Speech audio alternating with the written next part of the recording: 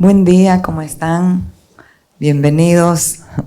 Estoy con la voz un poquito cambiada, pero confiando de que el Espíritu Santo es el que va a ministrar, fortalecer en esta mañana nuestras vidas con la verdad, con su palabra que es la verdad.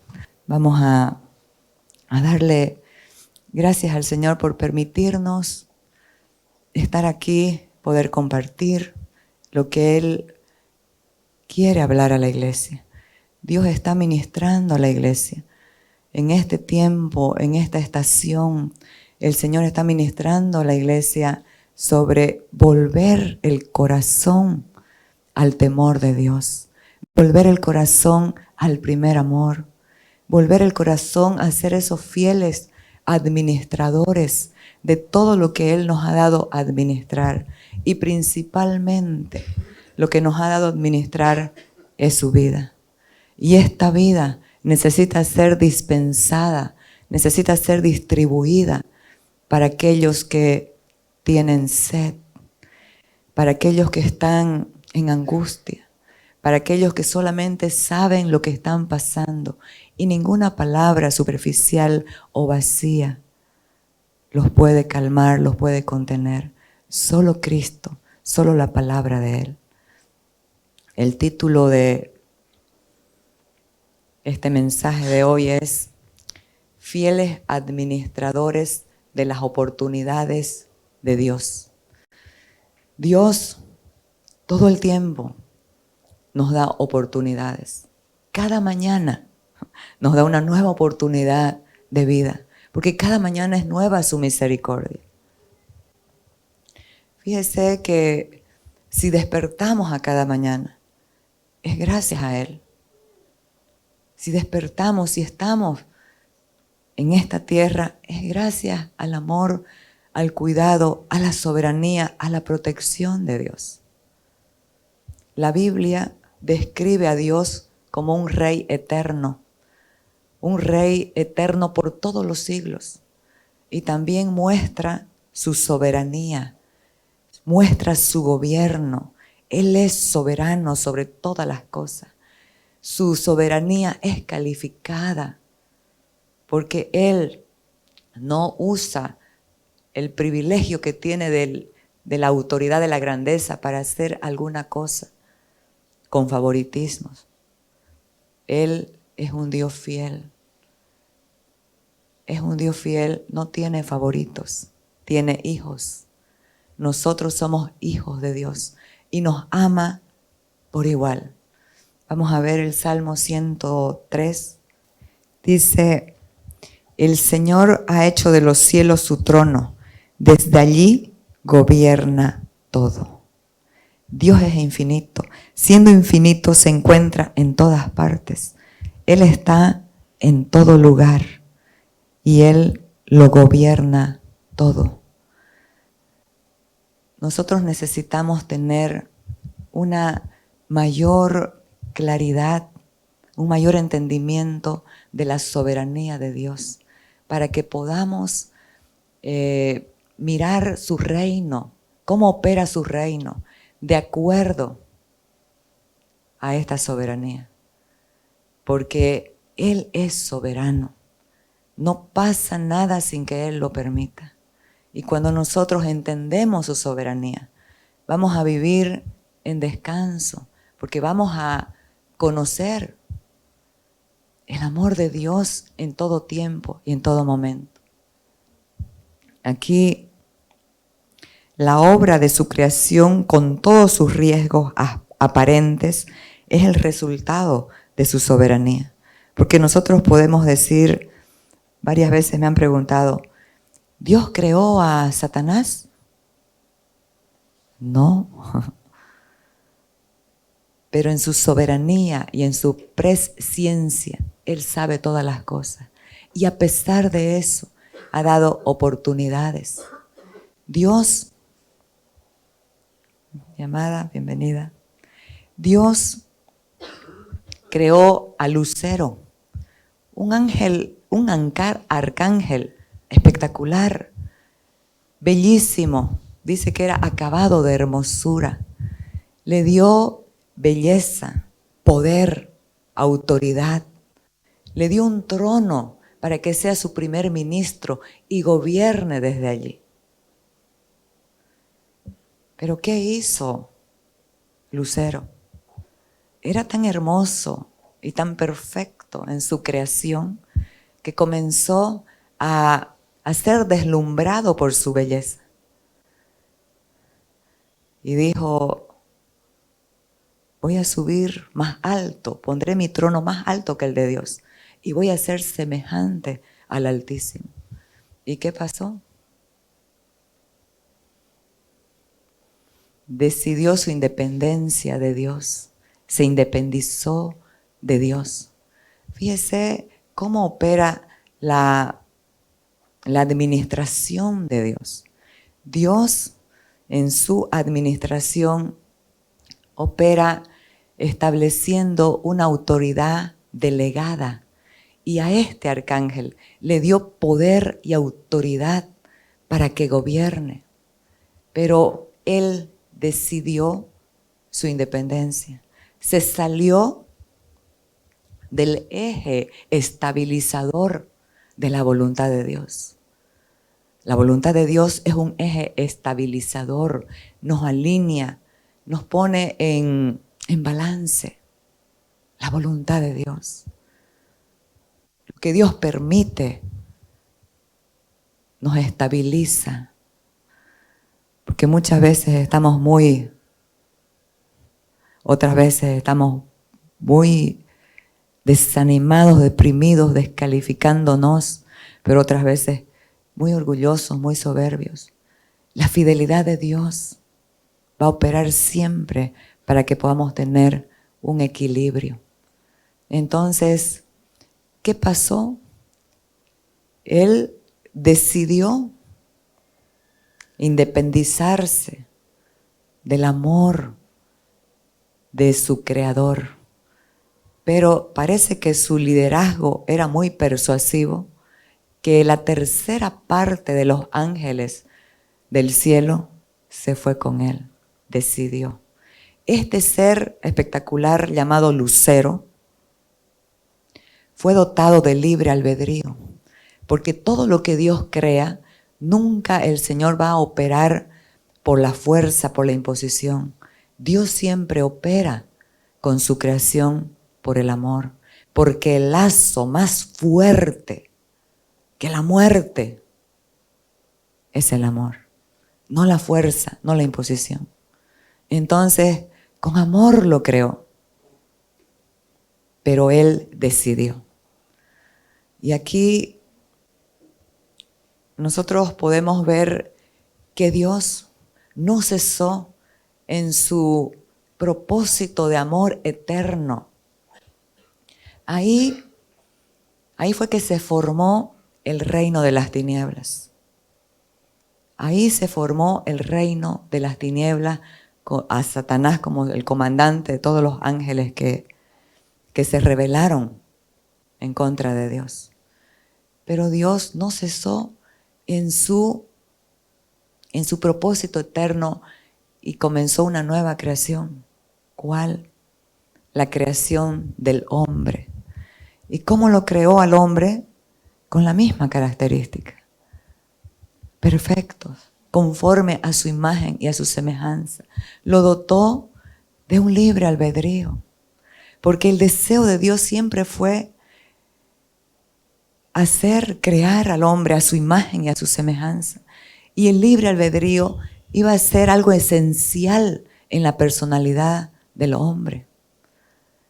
¿Por qué?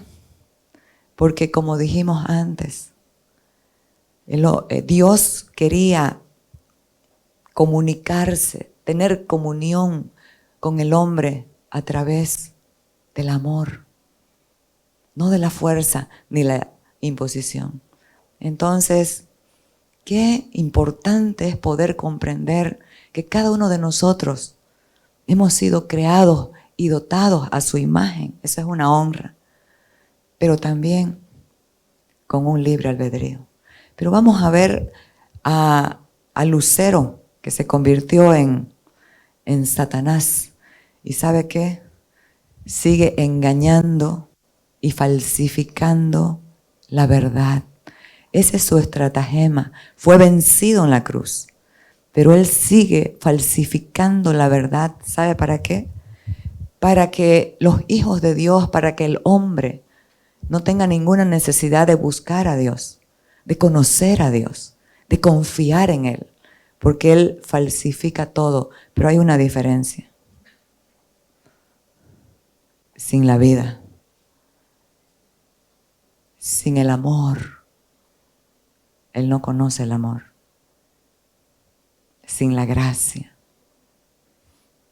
Entonces, vámonos a Isaías 14. ¿Cómo has caído del cielo, lucero de la mañana? Ese era su nombre, lucero. Hablando de luz, era muy bello. Tú que sometías a las naciones has caído por tierra. Decías en tu corazón, subiré hasta los cielos, levantaré mi trono por encima de las estrellas de Dios. Gobernaré desde el extremo norte en el monte de los dioses. Subiré a la cresta de las más altas nubes. Seré semejante al Altísimo. Esta es la desgracia de la oportunidad desperdiciada. Pero también Dios creó al hombre con las mismas características. Y mayor aún porque estampilló su imagen, su semejanza, su libre albedrío. ¿Qué fue lo que pasó con este diseño? Dios creó a Adán con este diseño, haciéndolos partícipes de su reino. Imagínense que Dios le dio a Adán y a Eva la administración cósmica, la administración del mundo, para que puedan gobernar, para que puedan someterla, para que puedan multiplicarla, para que su imagen sea multiplicada en sus descendientes, la imagen de Dios. Como prueba inicial de su libertad para elegir, se les dijo que no comieran del árbol del discernimiento del bien y del mal.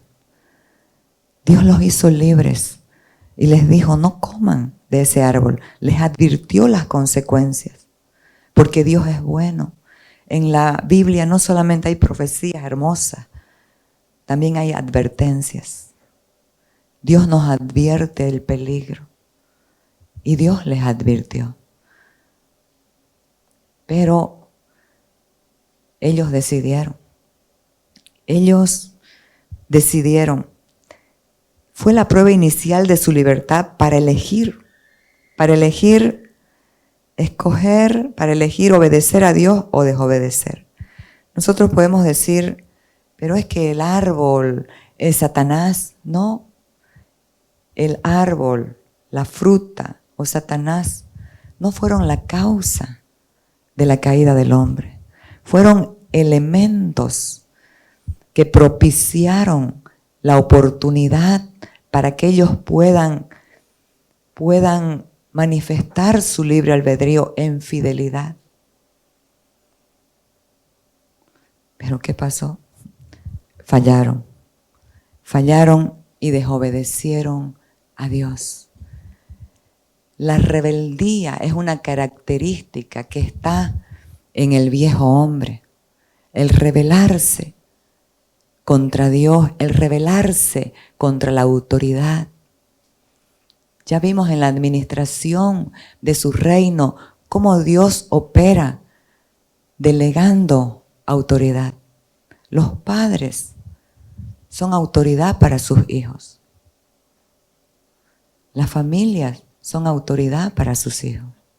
Y así en todo nosotros vemos la delegación de la autoridad de Dios, cómo opera Dios.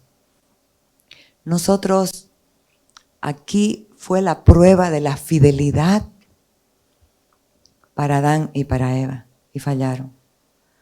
Porque podríamos decir, entonces si Dios sabía, porque Él lo sabe todo, que iban a fallar, ¿por qué puso el árbol? ¿Por qué permitió que la serpiente esté?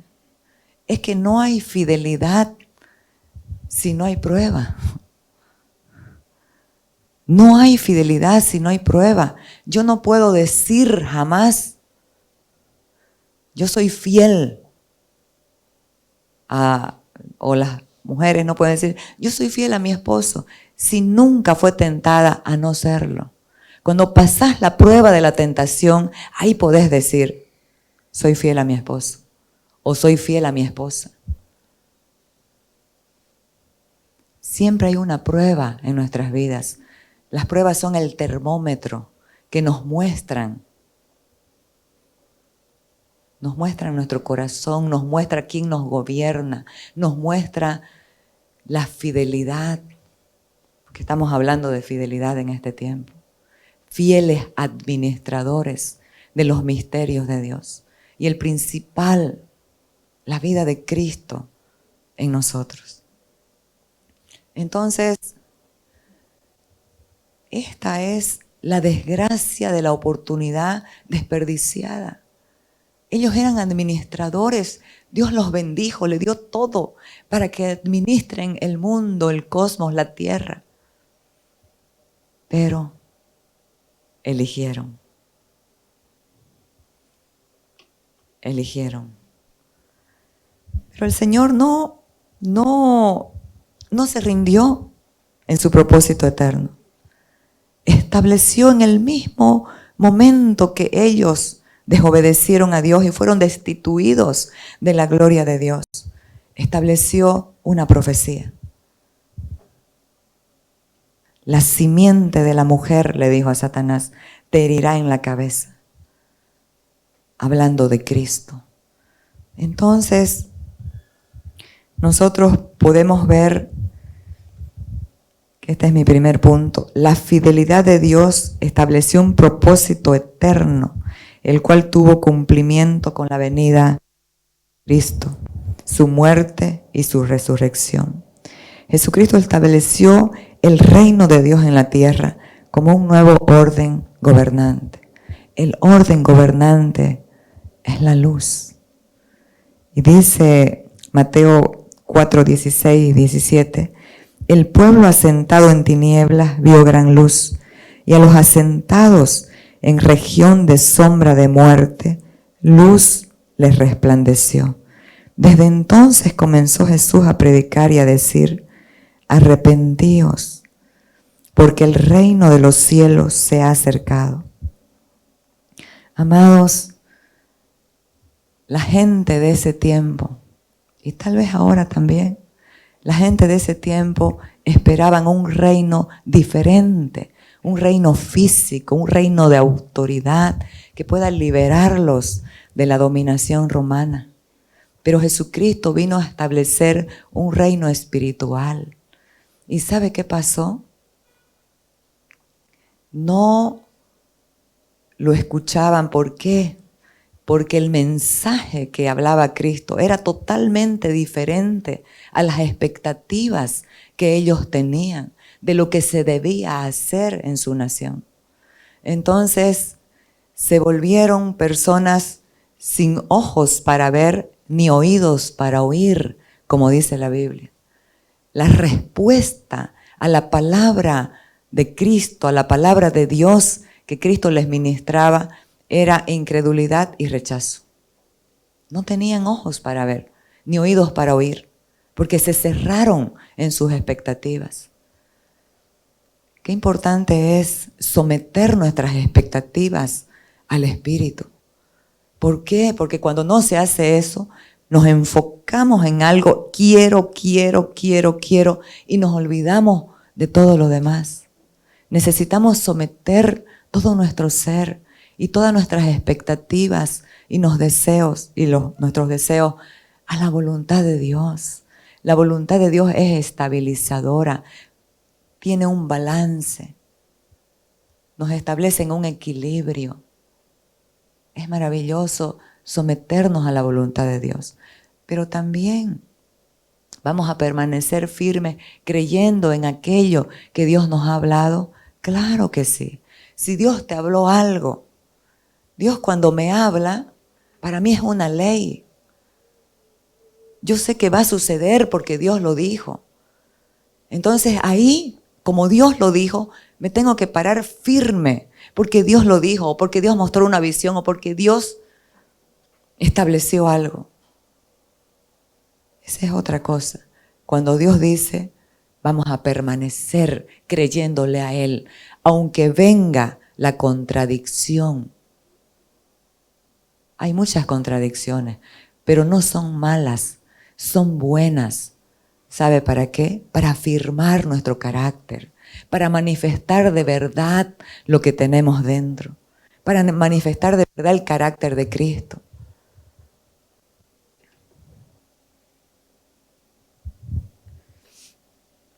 Pero ¿qué pasó?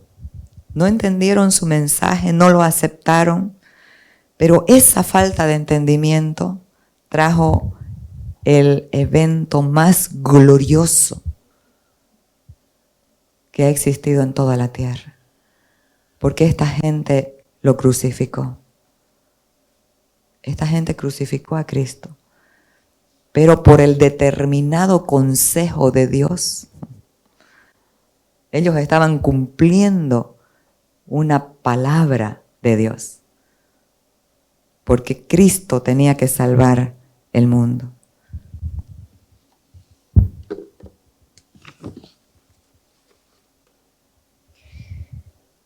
Me tocó mucho el testimonio de la iglesia del primer siglo. Después de la cruz, el día de Pentecostés, nació la iglesia de Cristo. Una iglesia gloriosa, una iglesia sin mancha y sin arruga. La iglesia del primer siglo era tan perseguida. Los perseguían como animales, vivían adentro de la tierra, en las catacumbas, en esos lugares húmedos, llenos de gusanos. La iglesia del primer siglo era aborrecida, odiada. ¿Por qué? Porque eran un contraste, era una comunidad de contraste, era una anticultura ante la cultura de la época. Ellos no se sometían, no adoraban a los dioses paganos que adoraba la gente.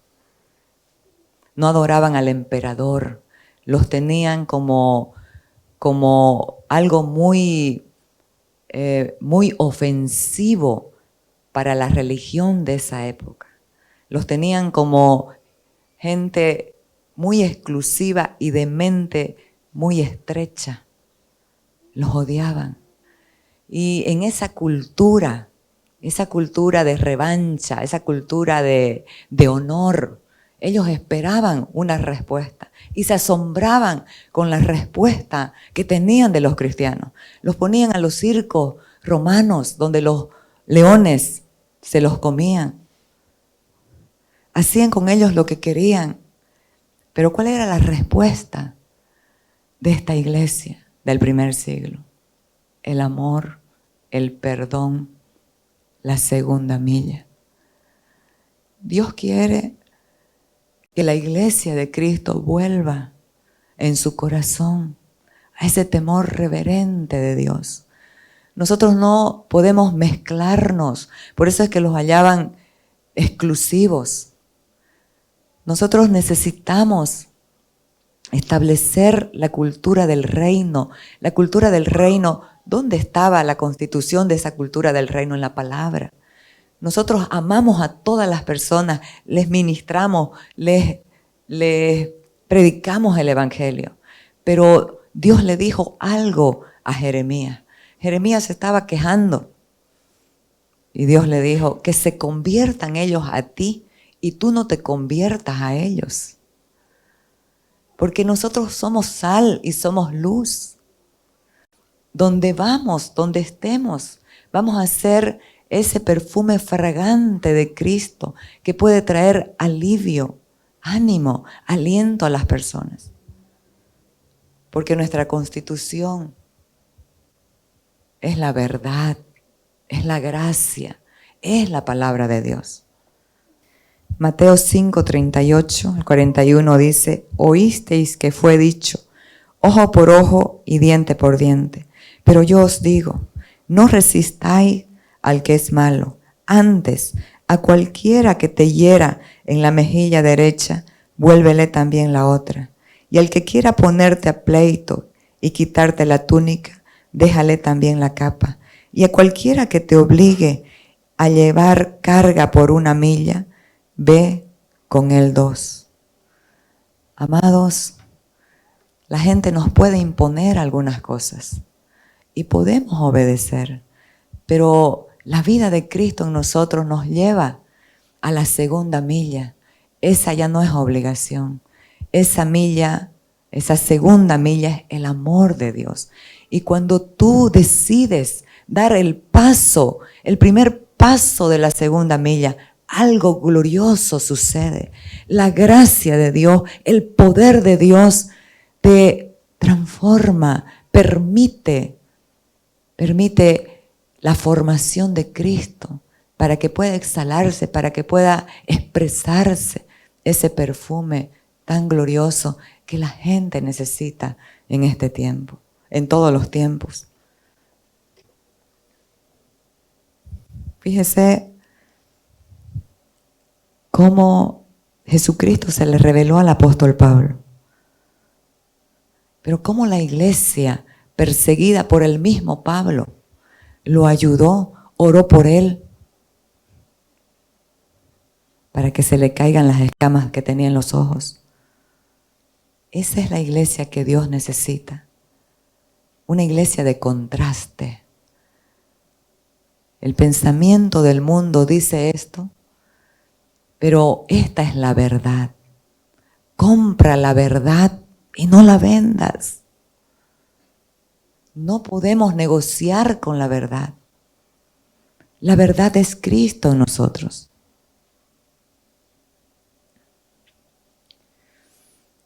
Aquí, mi 4º punto. Ciudadanos celestiales, representantes de un reino y una nación santa. 1 Pedro 2:9 dice: mas vosotros sois linaje escogido, real sacerdocio, nación santa, pueblo adquirido por Dios, para que anunciéis las virtudes de aquel que os llamó de las tinieblas a su luz admirable. ¿Qué es una virtud? Son rasgos, cualidades que operan en un carácter. Y aquí nos está mostrando para que anunciéis las virtudes de aquel que os llamó de las tinieblas a la luz. Oiga, la iglesia de Cristo es poderosa.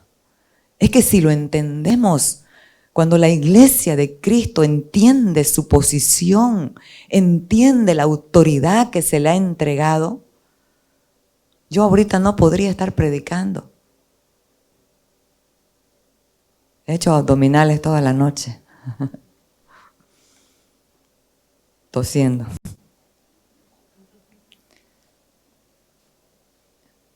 La iglesia de Cristo es esa nación santa que tiene una cultura. La cultura del reino es la fe. La cultura del reino es el amor.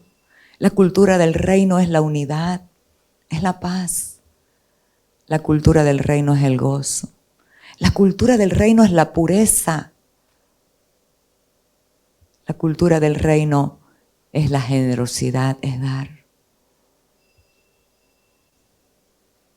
Somos esa iglesia, nación santa, pueblo adquirido por Dios para anunciar. ¿Cómo es que anunciamos? Con palabras y sin palabras. Hay temporadas en nuestras vidas que necesitamos estar callados. Cuando uno pasa situaciones difíciles, comenzás a hacerte lemas en la vida. Yo tengo mis lemas. Pasaba una situación difícil que todo lo que hablaba era echado en mi contra, así que decía, callada. Todo lo que hables será echado en tu contra, así que cállate. Y pasaba esos tiempos. ¿Cómo? ¿Cómo somos la expresión nosotros de Cristo? Puedes estar callada, pero con la mirada descalificando a tu esposo, con la mirada descalificando a tus hijos o viceversa. Nosotros predicamos con palabras y sin palabras, amados. ¿Qué es lo que se manifiesta de nuestras vidas? ¿Se manifiesta Cristo o se manifiesta el yo? La segunda milla. Nosotros somos de la cultura del reino de Dios. Somos de la cultura de la verdad. Este es tiempo de reconciliarnos con las Escrituras, de reconciliarnos con la palabra. La palabra es inspirada, fue inspirada por el Espíritu Santo de Dios. Todo lo que usted necesita para su vida. Pero es que yo soy un empresario, necesito administración de empresa. La administración más extraordinaria está en la Biblia. Las enseñanzas de administración están en la Biblia. Necesitamos reconciliarnos con Dios, con las Escrituras, con la palabra de verdad. ¿Cómo viven los ciudadanos del cielo? Dice que somos ciudadanos celestiales. Y usted va a decir, ¿cómo si estamos en la tierra? Todo es en el espíritu, en su espíritu. Usted es un ciudadano del cielo. Filipenses 1:27 dice, sobre todo deben vivir como ciudadanos del cielo, comportándose de un modo digno de la buena noticia, o sea, del Evangelio, acerca de Cristo. Entonces, sea que vuelva a verlos o solamente tenga noticias de ustedes, sabré que están firmes y unidos en un mismo espíritu y propósito, luchando juntos por la fe, es decir, la buena noticia, es decir, el Evangelio de Cristo. ¿Cómo es que viven los ciudadanos del cielo? En unidad, en amor, en perdón, mostrando las virtudes del carácter de Cristo. Juan 7:16, Jesús le estaba hablando a la gente de ese tiempo, a esa gente que no le quería oír porque sus expectativas estaban enmarcadas en otras cosas. Y le hablaron, dijeron que era un impostor, que aquí, ¿qué te haces tú? Que te haces el Hijo de Dios, eres un impostor. Porque su expectativa estaba lejos de la voluntad de Dios. Jesús les respondió y dijo, mi doctrina no es mía, sino de aquel que me envió. El que quiera hacer la voluntad de Dios, conocerá si la doctrina es de Dios o si yo hablo por mi propia cuenta. ¿Qué es doctrina? La doctrina es enseñanza. La doctrina es la enseñanza de la palabra. ¿Cuánto necesitamos volver a las Escrituras? Jesús les dijo a la gente de ese tiempo, busquen en las Escrituras porque ellas son las que dan testimonio de mí. Vamos a encontrar a Cristo a lo largo de todas las Escrituras. ¿Qué enseñaba y modelaba Cristo? La dependencia de su Padre, la obediencia a su Padre, la obediencia a su voluntad. Juan 8:28 dice, entonces les dijo, cuando ustedes levanten al Hijo del Hombre, entonces sabrán que yo soy. Sabrán que no hago nada por mi propia cuenta y entenderán que yo digo solo lo que el Padre me enseñó. El que me envió está conmigo y nunca me deja solo, porque siempre hago lo que a Él le agrada. Lo que a Él le agrada. ¿Qué le agrada a Dios? Un corazón humilde, un corazón sensible, un corazón que tiemble a su palabra, que la valore tanto la palabra, que pueda obedecerla. Porque sabe que lo que Dios nos pide es para nuestro bien. Primera de Juan 1:6 dice: si afirmamos que tenemos comunión con Él, pero vivimos en la oscuridad, mentimos y no ponemos en práctica la verdad. Amados, la verdad se practica. Podemos hablar mucho, pero en el momento preciso, necesitamos practicar la verdad. La verdad nunca va sola, dijimos el domingo pasado.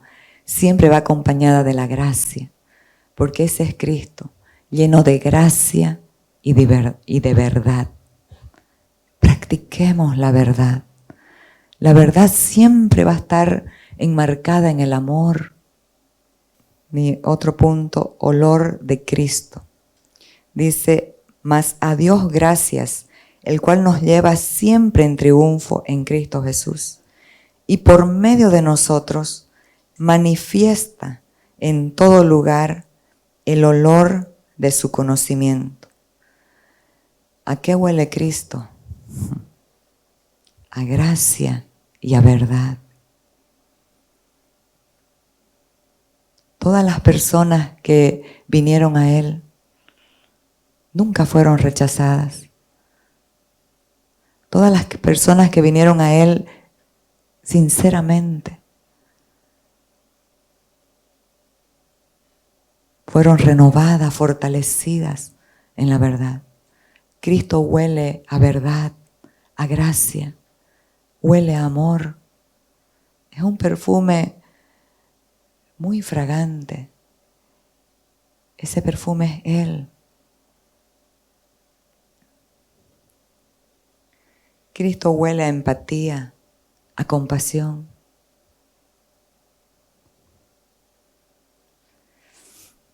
Domingo pasado hablamos sobre los ciervos en el tiempo de verano. Dice que es su peor temporada porque se secan los arroyos y con la sed y el calor sus feromonas comienzan a exhalar un aroma, un olor muy fuerte que los pone en peligro porque los depredadores están al acecho. ¿Y qué es lo que hacen los ciervos? Dice que se van a los valles donde están los lirios y se estrujan, se menean y se estrujan entre los lirios del campo, para perder el olor que puede traerles la muerte. Amados, usted y yo somos esos lirios. Más adelante lo vamos a ver. Que cuando la gente en necesidad, con sed de la verdad, pueda encontrarlo a usted y pueda saciar su necesidad. Hablamos que un abismo llama a otro abismo a la voz de sus cascadas. Esos abismos en tristeza, en depresión, en angustia, necesitan una palabra veraz, una palabra verdadera, una palabra no solo de consuelo. Muchas veces a mí me han consolado, pero también muchas veces me hablaron la verdad. ¿Y sabe qué? Las dos son buenas, pero prefiero la verdad. Porque la verdad nos va a sacar del error. Yo puedo apapachar a alguien y permitir que permanezca en el error si no digo la verdad. El llamado que Dios me dio es muy serio. Habla la verdad. Porque si no, demandaré esa sangre, esa vida. Si se pierde, la demandaré de tu mano.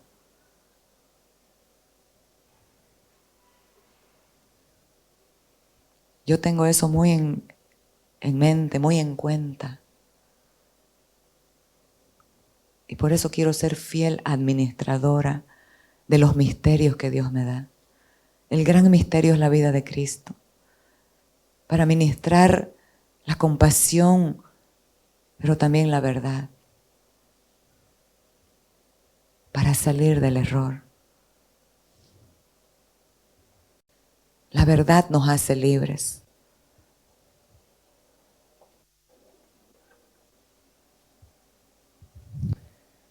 ¿A qué huele Cristo? A gracia, verdad, amor, compasión. ¿A qué huele el yo? El yo es la indiferencia al amor expresado, es el egocentrismo, es no prestar atención ni tomar en cuenta la palabra de Dios, es vivir independiente, siendo guiados por sí mismo, es apatía, falta de compromiso, es ser insensible a la necesidad de los demás, es vivir un engaño consecutivo. Porque se va arraigando la atadura y cada vez se hace más fuerte y se convierten en paradigmas mentales que van a guiar a nuestra conducta. ¿Cuánta gente miente? Mintió una vez, mintió 2 veces, 3 veces. Se hizo un paradigma en su mente. ¿Y saben qué? Ya mienten hasta por deporte. Ya mienten ya sin necesidad de mentir. ¿Me entienden por qué? Porque cuando practicamos algo, eso se va a establecer como un paradigma en nuestras vidas. Por eso es que si practicamos la verdad, se va a establecer. Porque Dios no solamente quiere que yo venga aquí a hablarles la verdad. Quiere que esta palabra de verdad salga de un corazón verdadero. Porque si no, no va a producir el efecto del Espíritu en las vidas. Estas no son solo palabras. Esto es vida. La palabra del Señor es espíritu y es vida. Tiene el poder para resucitar lo que está muerto. Tiene el poder para sanar, para liberar, para alinear y establecer un orden nuevo en nuestras vidas. Por eso es tan importante amar lo que Dios ama. ¿Qué ama Dios? Tú amas la verdad en lo íntimo. Un rey absorbido por la gracia, el amor y la verdad lo dijo. Tú amas la verdad en lo íntimo. Dios ama la verdad en el corazón. Quieto estuvo Moab desde su juventud, y sobre su sedimento ha estado reposado, y no fue vaciado de vasija en vasija, ni nunca estuvo en cautiverio. Por tanto, quedó su sabor en él, y su olor no ha cambiado. Por eso vienen días, ha dicho Jehová, en que yo le enviaré trasvasadores, que le trasvasarán y vaciarán sus vasijas, y romperán sus odres. Importantísimo entender los tiempos de Dios. Importantísimo entender la fidelidad de Dios.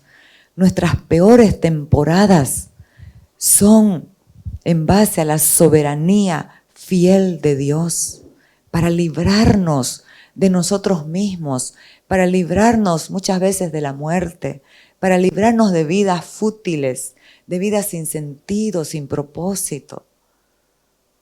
Qué importante es cuando Dios nos llama a los desiertos. Quiero estar contigo. Ahí no hay nada más. Y obviamente que eso no es voluntario. ¿Quién quiere estar? Pero en su soberanía Él permite circunstancias para que lo podamos conocer. Dice Oseas 2:14. He aquí que yo la traeré a mí y la llevaré al desierto y allí le hablaré a su corazón y desde allí le daré por puerta de esperanza la puerta de Acor. Esa puerta de esperanza era una puerta de muerte. Ahí era una puerta de muerte. Pero ¿qué nos está mostrando? La cruz. La cruz es la última frontera para el viejo hombre, para el olor feo del pecado, para el olor feo del orgullo, de la soberbia, para el olor feo de la mentira. Dice, no fue vaciado de vasija en vasija. Necesitamos pasar por tiempos así donde Dios los permite. ¿Para qué? Para que no se quede nuestro sabor ni nuestro olor. ¿Sabe para qué? Para que cuando la gente necesite ayuda, puedan advertir, puedan exhalar el aroma de Cristo en nuestras vidas.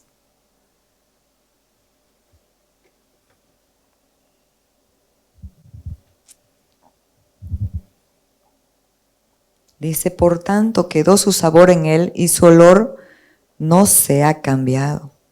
¿Cuál es el sabor de la carne? ¿Cuál es el olor de la carne? A muerte.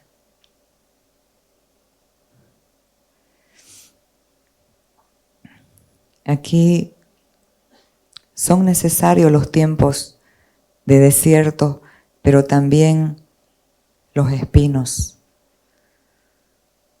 A nadie nos gusta, pero es que en esos tiempos podemos conocer de verdad a Dios y eso nos va a preservar para tiempos más difíciles de repente. Aquí puse en este punto espinos, dolor o beneficio. La gracia soberana de Dios permite espinas y desiertos. ¿Qué son los desiertos y las espinas? Elementos activadores de la fragancia de Cristo. Cantares 2, 1 al 2 dice, yo soy la rosa de Sarón y el lirio de los valles. Está hablando de Cristo. Cristo es el olor que la gente necesita. Es la fragancia, el perfume que la gente necesita oler en nosotros. Y dice, como el lirio entre los espinos, así es mi amiga entre las doncellas. Y esta palabra puede llevarnos a un gran entendimiento. Como el lirio entre las espinas. Son necesarias las espinas en los lirios. Son necesarias, ¿sabe para qué? Cuando alguien en tu vida se puede convertir en una espina, o alguna circunstancia, alguna situación se puede convertir en una espina, ahí verdaderamente va a fluir de nosotros o el olor del viejo hombre o el olor de Cristo. Ahí va a fluir de nosotros lo que nos gobierna. ¿Qué nos gobierna? O Cristo o el yo. Entonces esas espinas son necesarias. Pablo le pidió al Señor y le dijo, Señor, por favor, quita de mí este aguijón. Una espina. Y él le dijo, bástate mi gracia, porque mi poder se perfecciona en tu debilidad. ¿Qué es lo que operan las espinas? Dan mayor intensidad a la fragancia. Cuando alguien te pincha, te molesta, pero tu respuesta es como la gente de la iglesia primitiva.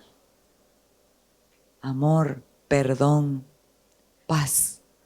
Estás expresando la fragancia de Cristo, porque en este reino el mal se vence con el bien. podemos vencer al mal con el bien. ¿Saben qué, amados? Dios nos da oportunidades siempre y los espinos pueden ser oportunidades. Una persona que se convierte en una espina para tu vida, que te esté pinchando, que te esté molestando, es una oportunidad que Dios te está dando. No lo entierres como hizo el hombre de los talentos. No desperdiciemos ninguna oportunidad que Dios nos da. Porque ahí suceden dos cosas. El perfume de Cristo va a ser en mayor envergadura manifestado, expresado. Vamos a alcanzar la madurez al expresar el carácter de Cristo.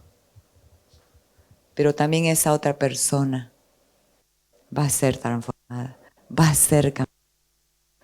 Porque ¿de qué se trata seguir a Cristo? De que todo me vaya bien, voy a vivir feliz, tranquila, que todo me vaya bien. No. Se trata de manifestar su amor, su carácter, para que otros sean transformados.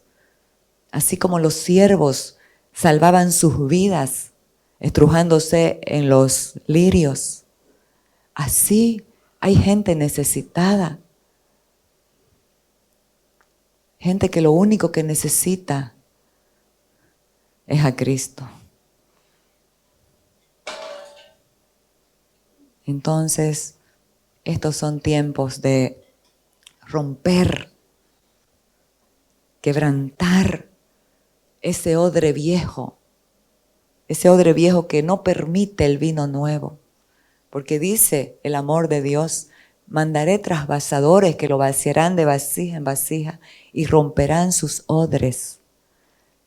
Esa mentalidad subjetiva que piensa que debe ser como, así tiene que ser como yo lo digo. No es así, nosotros no tenemos la razón. Cristo siempre tiene la razón.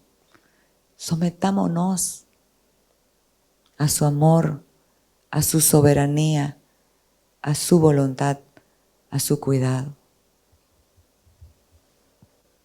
Y para terminar, para que Jim esté contento. Terminar son 12 menos. Vamos a ver en Marcos, que me tocó muchísimo. Aquí Jesús estaba en la casa de un hombre muy adinerado, pero que era leproso.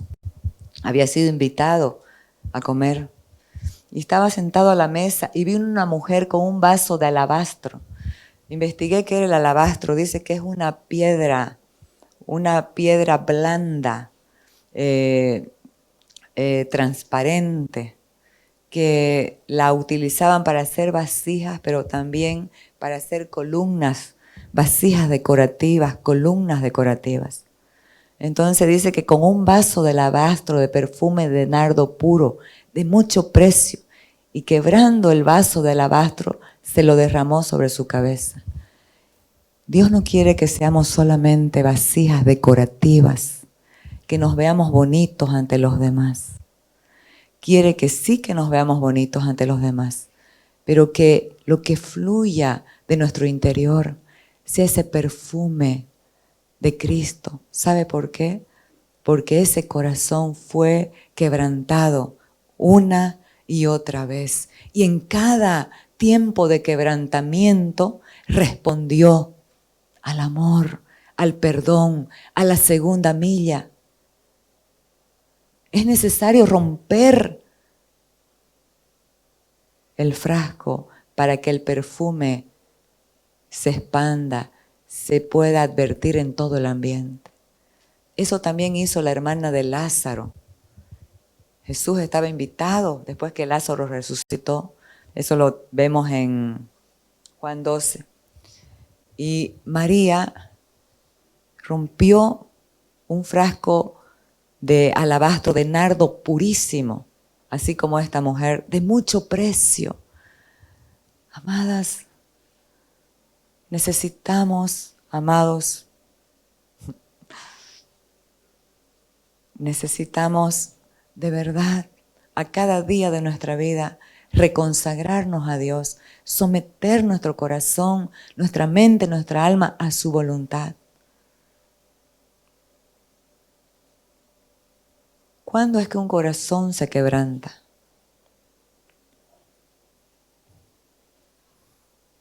Cuando hay dolor, obviamente, cuando hay angustia, cuando hay tristeza.